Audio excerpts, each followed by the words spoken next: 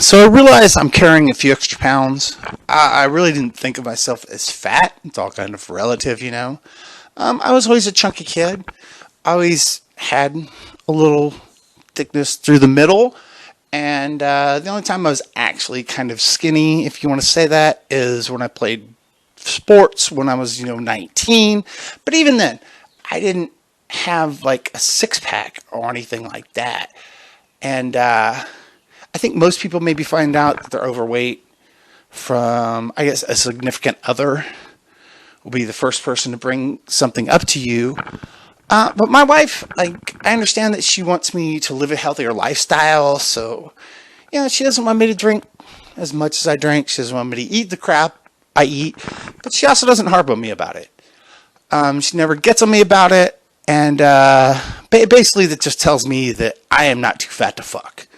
So as long as I keep under the bar of not being too fat for my wife to fuck me, I feel like I'm good in her eyes, and that's fine. And she's like, I outkicked my coverage. I married a woman from Belize who's amazing. She's incredible. She's not only better looking than me, she's a better person than me on so many levels. So, but she never gets on me. So that's cool. And maybe your family tells you that you're getting a little chunky or something like that. But every time I see my mom, she's like, Carlos, have you lost weight? And it's not because I've ever lost weight.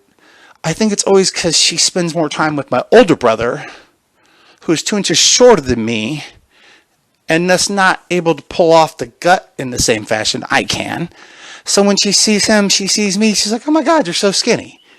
And to be honest with you, I am the skinniest male in my family. In the genealogy, this is it. This is skinny. So I kind of get away with that family-wise. And maybe like a coworker or a friend might say something to you. They might make fun of you. They might make jokes. But I worked as a bartender for 20 years. I'm serving drinks to people. Okay, I'm not the best-looking catch in the bar. But I'm not the worst-looking catch in the bar. If you know what I mean. So I kind of got by on that for a long time. And then an absolute stranger made me aware of where I am in reality. And like, when I was in college and in good shape, I played offensive line. It's a fat kid position. That's just how it is. And sometimes you have a fat kid mentality. And you don't have to be large or even fat to have a fat kid mentality. I've met a lot of skinny guys with high metabolisms that eat like fat kids. I've seen some little good-looking skinny girls go to Waffle House, order hash browns with cheese and chili on them, so it replicated chili cheese fries to them. But for me, this is what I did one time in Oxnard, California.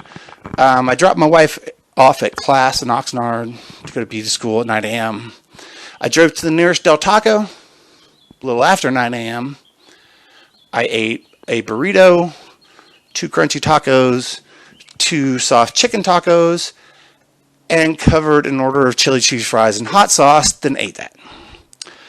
On the way back to where my wife was in school, I saw a Tommy's chili burger, stopped, went through the drive-thru, got an order of chili cheese fries, ate it in the parking lot, got back to my wife's school in time for her to go to lunch. So basically, I ate chili cheese fries twice from 2 different Southern California fast food places before 10 a.m.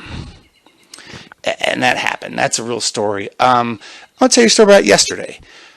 Yesterday, I picked my wife up from work. Opened the door. She got in the car. I got in the car. Gave her a kiss. She said, "What did you have for lunch?" I admitted to her that I had just eaten a Jersey Mike's Big Kahuna Philly cheesesteak sandwich while I was waiting for her in the car. If you don't never been to Big Mike's, it's a Philly cheesesteak with extra cheese, onions, peppers, jalapenos, mushrooms. I ate that in the car while waiting for her. She got in the car. She's like, well, I'm hungry, but you've eaten. I'm like, that's not a problem. And we proceeded to go from there to Popeyes and pick up a bucket of spicy chicken, which I also ate half of. So it's all about a fat kid mentality. If you've ever done this, if you've ever been sitting eating lunch, looked up at the person eating lunch for you, and thought, "Hey, what are we eating for dinner?" You got a fat kid mentality. Because I've done it. I've had half club sandwich down, French fry hanging out of my mouth like a cigarette, looked at my wife and been like, spaghetti? How's spaghetti sound for dinner?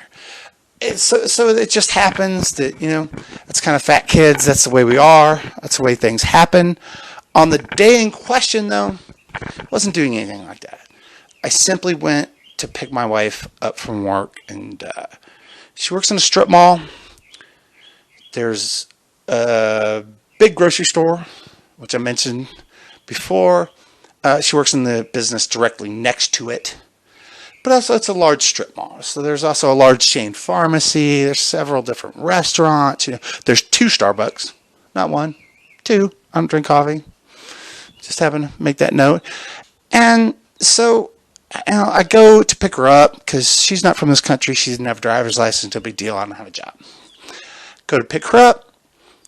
She says, hey, can you walk down the way, buy me some blunt wraps so I can make some blunts when I get home? To give you an idea of how often we have gone to that blunt wrap store, the attendant's name is Serafino. And one time I was like, hey, I need what my wife wants. And he started picking through stuff. And I said, hey, that's not what she usually uses. And then he just stopped, rolled his eyes, turned and looked at me and said, you tell me what you want, and then you go back and tell your wife what you got. I was like, you know what? You know what she wants. Why don't you give it to me, I'll pay for it. I'll walk back over there. So the day in question, once again, she had sent me down to walk down. Between her business and the smoke shop, there is a sporting goods store. There's an empty storefront. There's a specific business. And then there's the smoke shop. I got bad knees. I'm using a cane. I'm not moving too fast down the walkway, but I'm not in a hurry. I know my wife is going to take a while to finish doing what she's doing. I see a woman coming the other direction as I pass the sports store. No big deal. As we get close, I kind of move to the outside to let the woman pass on the inside. And we happen to meet up right in front of the specific business next to the smoke shop that I have not specified. She's kind of in front of the door. I'm not moving too fast. She assumes I'm going into said business. So she goes, oh, I'm sorry. Opens the door widely for me to go in. The business was Weight Watchers. So a perfect stranger walking by me saw me, saw Weight Watchers, and assumed that's where I was headed. Or maybe he was just trying to give me a push. Like maybe he looked at me, saw Weight Watchers, like, hey, maybe he just needs a push in the door. Does this guy get his shit together? That could have been the case. That could have been the case too. And I have to admit that I was kind of freaked out by it because I did not expect to engage the person walking down the sidewalk at said strip mall. Maybe I could throw that person a nod. I certainly didn't think that person was going to speak to me, nonetheless make a grand gesture like that. So I got kind of freaked out. And understand, she was trying to do something nice. She saw a crippled dude. She thought she would open the door for them. I don't think she was trying to offend me in any way, but all I could do was shoot her a look like, and walk next door to the smoke shop. But before I got into the smoke shop, I kind of realized what happened.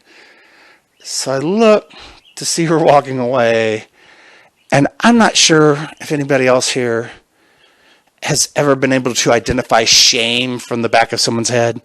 Usually shame is a full frontal experience. But she was walking away, just head down, hand on her forehead, like, oh my God, I think I just offended somebody so horribly. And all I could do was giggle. Just go into the blunt store and get what my wife needs, come back out, and then it started to process in my brain. Perfect Stranger just told you how fat you fucking really are.